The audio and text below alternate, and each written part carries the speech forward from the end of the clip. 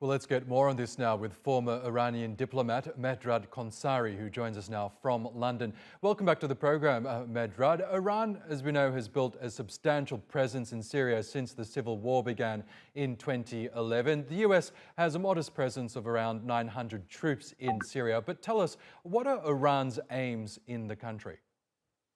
Well, I mean, first and foremost, it's to protect the Assad government, to enhance its position, to be able to have a solid presence, to be able to have its proxies near and around the Israeli border, to be able to pose a constant threat to Israel or to threaten to attack Israel from the Golan north of Syria and so on. And as well as, of course, foremost is to have a continuous supply line for its most important proxy in all that region, which is Hezbollah in Lebanon, where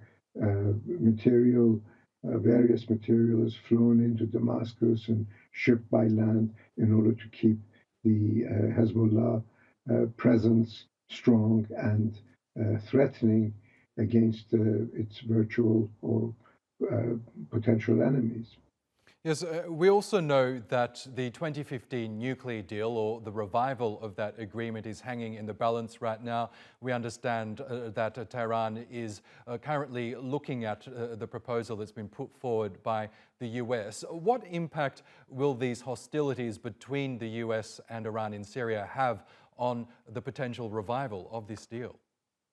I don't think it will have much of an impact in the sense that uh, the these two items are quite separate. There was a desire on the part of the United States, and of course, when Trump pulled out of the agreement, he wanted to come back into negotiation with the Iranians on the basis that Iran's regional policies, as well as its missile program, would be part of a new nuclear agreement. But the way that the negotiations have proceeded in the past 16 months, these items are quite separate. There is a desire on the part of the United States, I would say Iran, and the Europeans, especially, to arrive at some sort of an agreement with regards to the nuclear side of the deal in order to try and slow down or to prevent the progress of the Iranian nuclear program.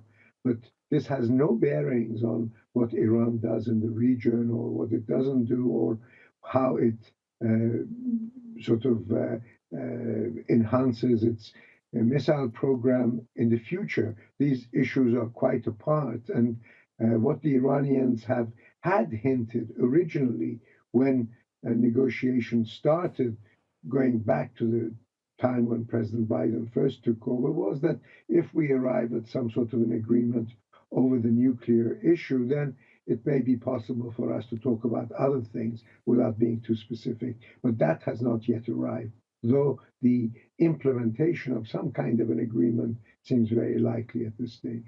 And just really quickly, Mehrdad, we know that the US presence in Syria was part of its attempts to defeat Daesh, but do you believe that US troops still need to be in Syria? But I think obviously that is a very contentious issue, and it depends how for which side of the which side you're talking from or where you're sitting.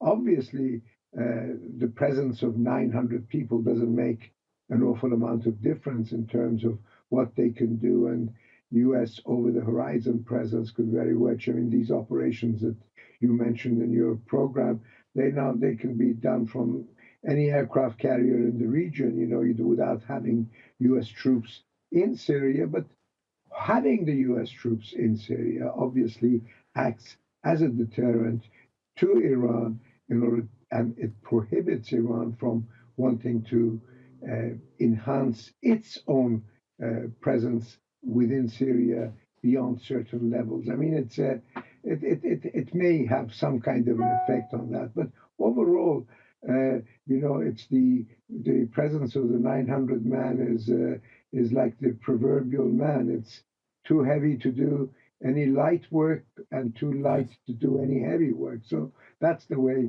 that one should look at it. Okay, Mehrdad Khonsari, really good to get your analysis as always. Thank you again.